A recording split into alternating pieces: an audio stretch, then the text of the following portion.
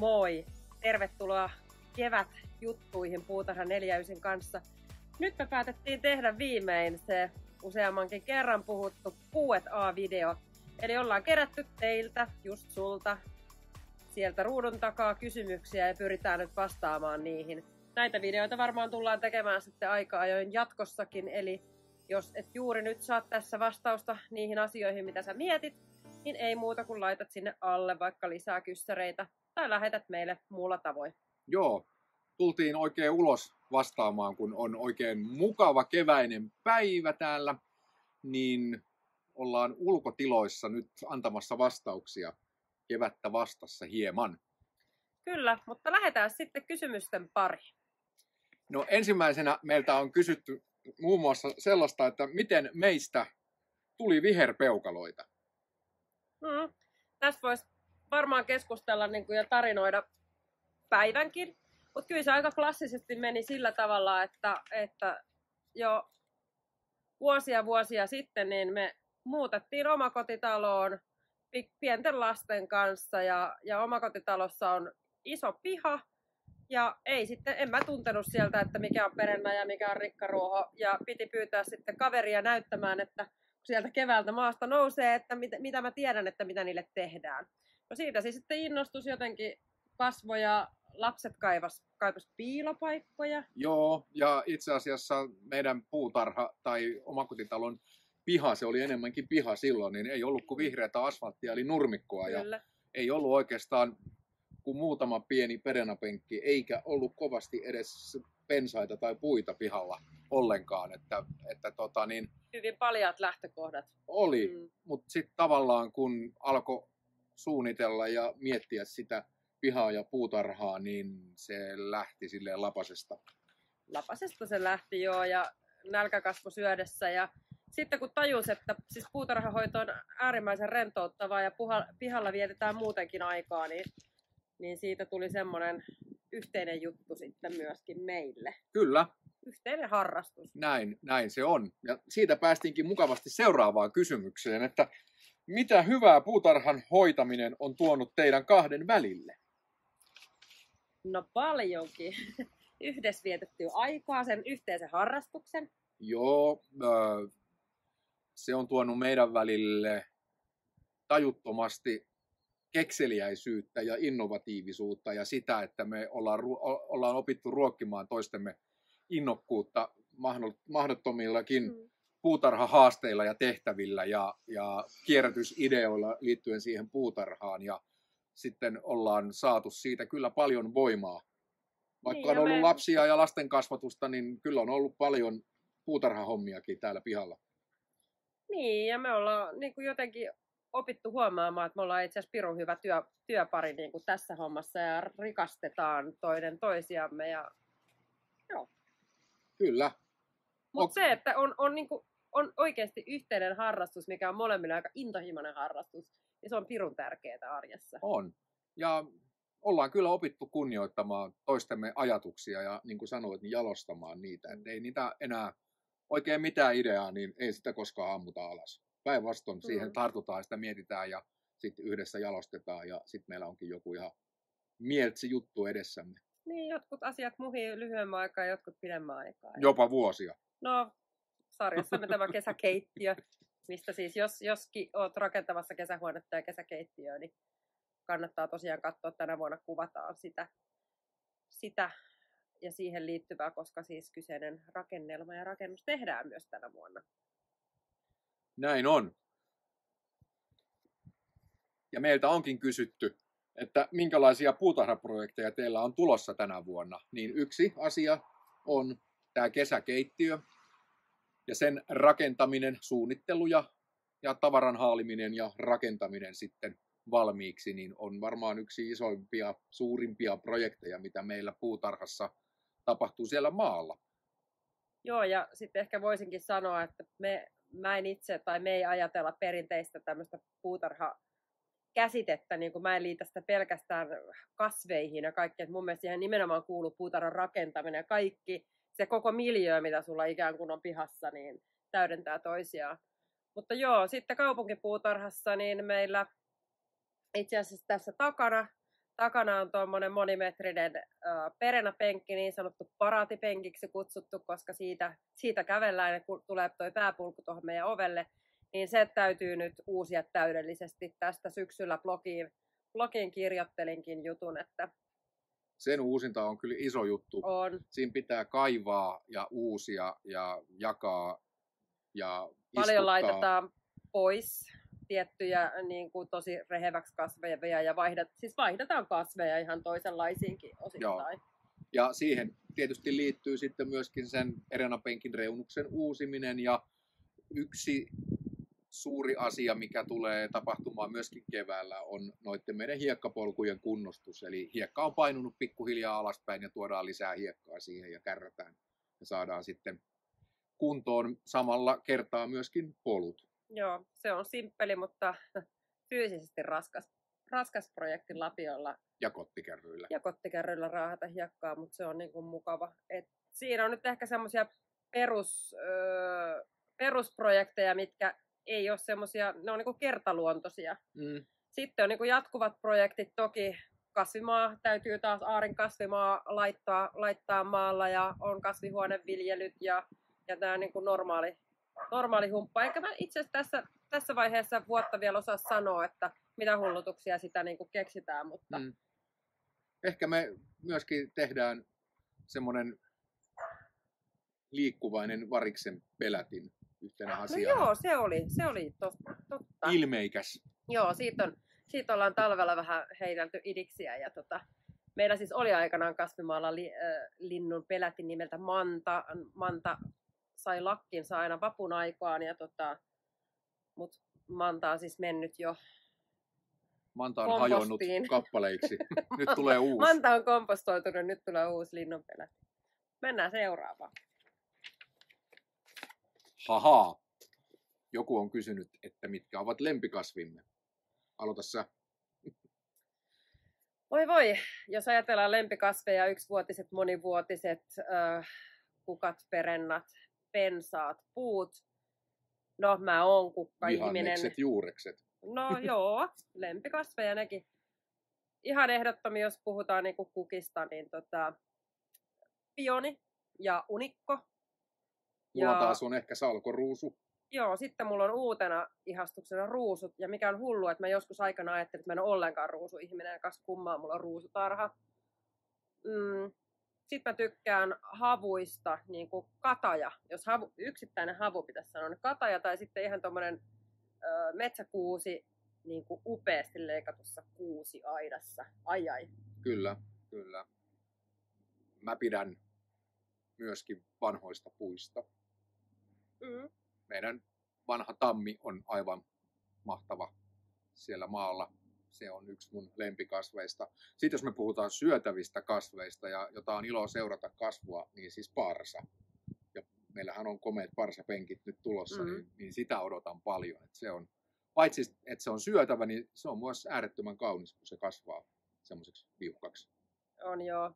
Juureksista mä nautin eniten punajuuren kasvattamisesta, koska mä myöskin rakastan niitä punajuureja. Mutta sitten maissi on yksi kanssa semmoinen hyötykasvi, mitä on kiva kasvattaa. Ja ei voi muuten unohtaa sormustinkukkia. Kyllä, joo. Ja sitten ehkä maanpeitekasveista mä sanoisin, että kevätkaihon-kukka. Ja ihmetystä herättää aina ja ihastusta ja on munkin mielestä ihan mahtava, niin viini, eli viiniköynnös. Jep. Siinäpä ne melkein on. On. No kaikkea on kyllä kokeiltu, että ihan järjetön määrä erilaista kasvillisuutta on kylvetty ja istutettu. Toiset on menestynyt, toiset on kuolla kupsahtanut, mutta nämä on nyt tämmöisiä kestojuttuja sitten. Kyllä.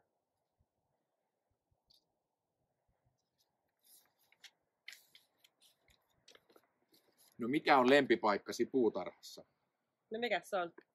No ei ainakaan kasvimaa, jos siellä pitää kitkeä. Mitä?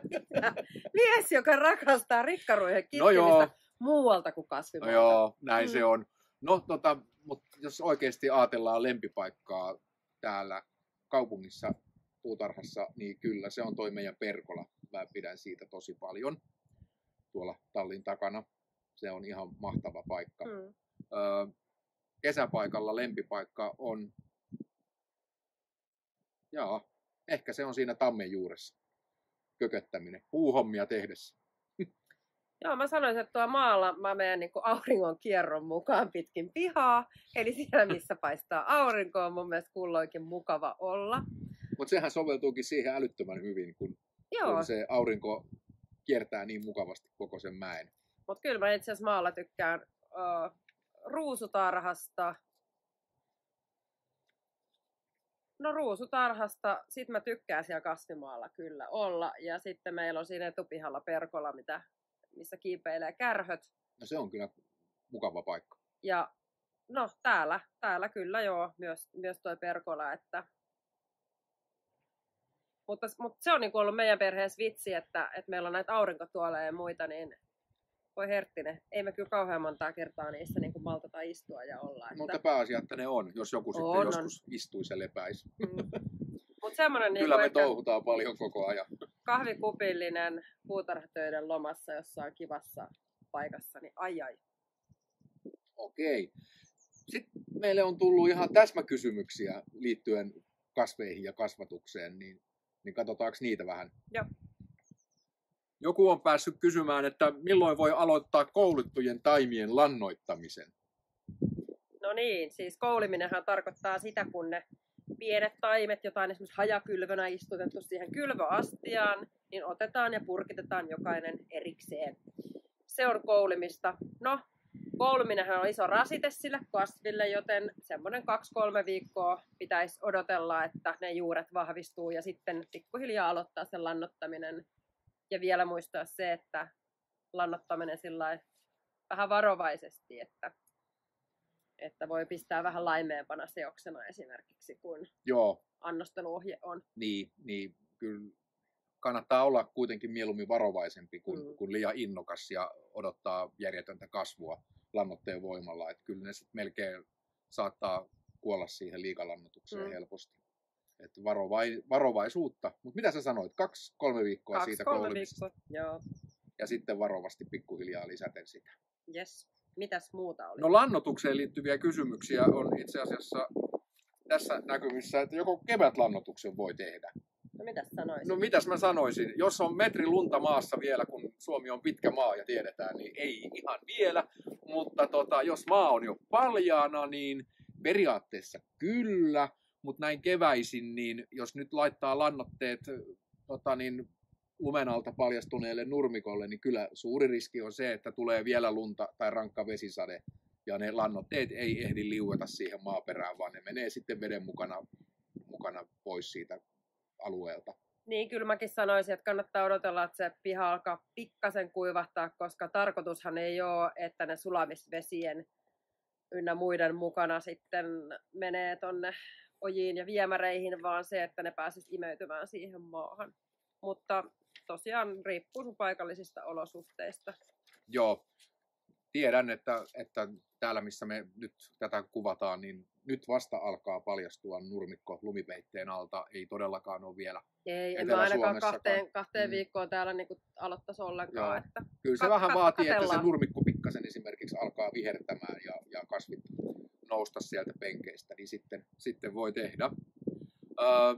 Toinen vielä tähän lannoitukseen liittyvä asia niin oli se, että joku kyseli ihan vissiin, oliko jopa tänään, niin tuli mieleeni, että voiko istutettuja tuijia, niin miten niitä kannattaisi lannottaa ja voiko niitä kevät lannottaa, niin siis voi kyllä kevät lannottaa ja ehkä kannattaakin, että tuijahan on havupuu ja se ei siitä kalkista tykkää.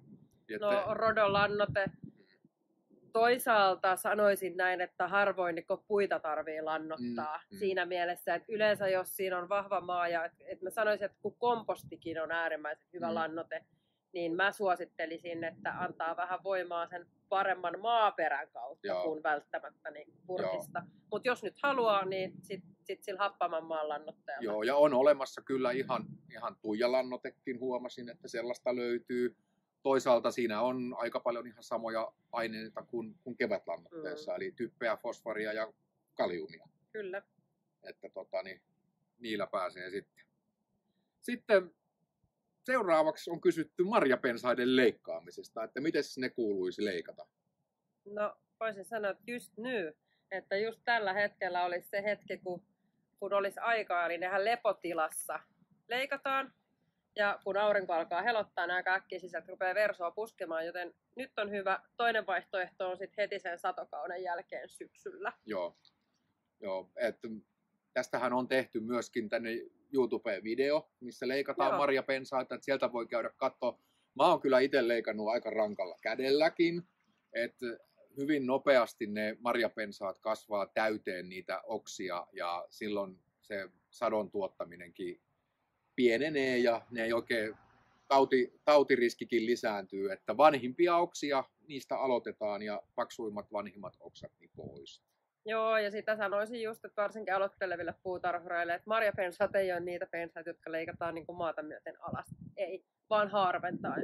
Että vanhimmat oksat pois ja semmoinen vähän pensaasta riippuen noin 20 kappaletta niitä varsia voi olla siinä pensaassa, niin se on sopiva määrä. Joo, 15-20 suurin piirtein varmasti. Sitten semmoisia taivukkaita, jotka taipuu maata kohti, niin niitä voi toki niin kuin vähän typistää. Ja kuitenkin kannattaisi huolehtia, että jos ei nyt joka vuosi, niin ainakin joka toinen vuosi harventaisi, niin se pysyy elinvoimaisena se kasvi. Joo, niitä kun menee muuten lähempää tarkastelemaan niitä marjapensaita, niin jos ei niitä ole koskaan leikannut, niin kyllä voi hämmästyä, että niitä oksia tulee, niin niitä voi olla siis 3-40 siellä ihan helposti, että ihan vaan reippaalla kädellä, mutta ei matalaksi.